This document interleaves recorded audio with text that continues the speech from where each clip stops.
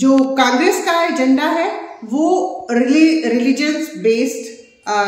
Agenda दिया गया है। जब कांग्रेस का जो पहला पॉइंट मैनिफेस्टो में उन्होंने जो दिया है, उन्होंने कहा है कि जब अगर हमारी पार्टी सत्ता में अगर आती है तो उनकी जनगणना का जो आधार रहेगा वो जातीय, उपजातीय एवं हमारा सोशो इकोनॉमिक जो स्टेटस रहता है उसके आधार पर किया जाएगा और उसी को पॉजिटिविटी में लाते हुए इम्प्लीमेंट भी किया जाएगा। वेयरएज जो हमारा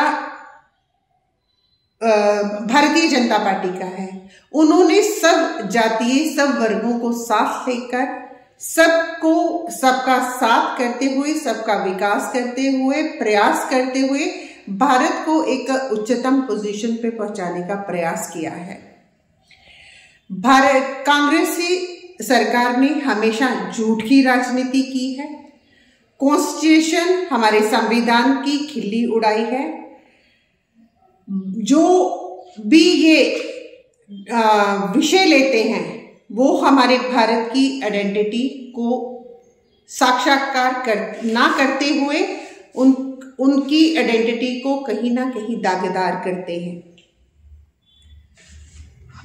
हमारे जितने भी हमारे कॉन्स्टिट्यूशनल इंस्टीट्यूशंस हैं, सुप्रीम कोर्ट हो, हमारा संविधान हो, हमारा डिफरेंट हमारे सीबीआई हो, सबकी खिल्ली अगर कोई उड़ाता है, सबका परिहास अगर कोई उड़ाता है तो वो हमारी कांग्रेस सरकार रही है। करप्शन का जो मेन आधार कांग्रेस की सरकार 60-70 के दशकों से ही घोटालों की सरकार गिनी गई है। उनके हर एक जितने भी उनके एमपीज रहे हैं, जितने भी उनके द्वारा किए गए जो कार्य हैं, वो घोटालों को ही हमारे मध्य में लेकर आए हैं। जब भी हमारे कांग्रेस के हमारे राहुल गांधी जी कहीं भी बाहर जाते हैं तो वो भारत की विकास की चर्चा ना करते हुए उल्टा उसकी खिल्ली उड़ाने का परिहास करते हैं। वेयरएज हमारे जब मोदी जी बाहर जाते हैं तो विकास की बात करते हैं, इन्वेस्टर्स को साथ लाते हैं, युवाओं का भविष्य उज्जवल हो ऐसा प्रयास उनके माध्यम से किया जाता है और देश को सर्वोच्चम बनाने के लिए आत्मनिर्भरता का जो प्रयास विदेशों में जाकर विदेशी नीतियों को चर्चा करते हुए उनकी टेक्नोलॉजी को भारत में लाते हुए भारत को आत्मनिर्भर बनाने का जो प्रयास है वो किया गया है। हमारी जो हाउसिंग की हमारी जो स्कीम चली थी, हाउसिंग फॉर ऑल की, जो कहते हैं कि राजीव गांधी जी के द्वारा चलाई गई थी, उनके द्वारा तो केवल मात्र चलाई गई थी, लेकिन आज जो है विकास का माध्यम चलाते हुए हमारे जो नरेंद्र मोदी जी हैं, उन्होंने 6 गुना इतने जो हमारे हाउसेज हैं वो बनाकर जनता को समर्पित भी कर दिए हैं।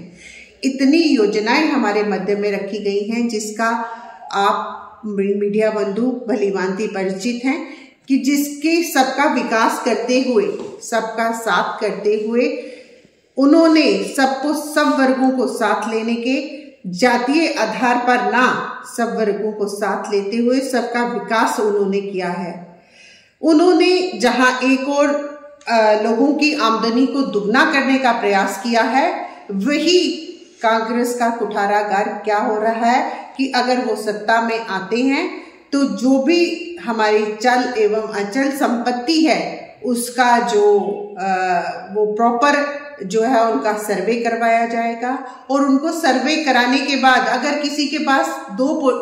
के पास एक पुश्तैनी घर गांव में है और एक घर अर्बन एरिया में अगर उसने बनाया है, तो अगर उनके सर्वे के द्वारा जो उन्होंने अपने मैनिफेस्टो में रखने का प्रयास किया है कि उसमें से एक घर छीनकर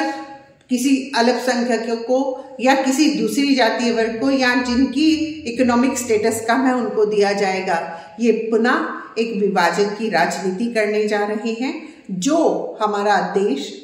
एक विकास के पथ से भटक कर अपने डीरेल होकर एक जातीय विभाजन में पुनः सम्मिलित होगा, जो 1947 में इन्होंने पहले भी करने का प्रयास, हमारे इंदिरा गांधी जी की, हमारे नेहरू जी की ये राजनीति रही है। इनका मैनिफेस्टो एक हिडन एजेंडा है। इनका 60 और 70 दशकों में जो कार्य ये नहीं कर पाए उनको इम्प्लीमेंट करने का आग्रह करते हैं जनता से। जो राष्ट्रीय पर्व 26 को जो मनाया जा रहा है, जो कार्य हमारे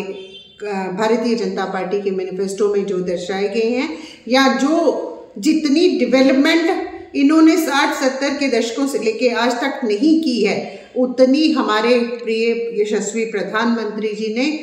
जो 2014 से आज तक उन्होंने सत्ता संभाली, एक सेवक के माध्यम नाते उन्होंने सेवा करते हुए उन सब कार्यों को इम्प्लीमेंट किया है प्रैक्टिकली, और उतना ही उन्होंने उसका विकास किया है। बहुत बहुत धन्यवाद।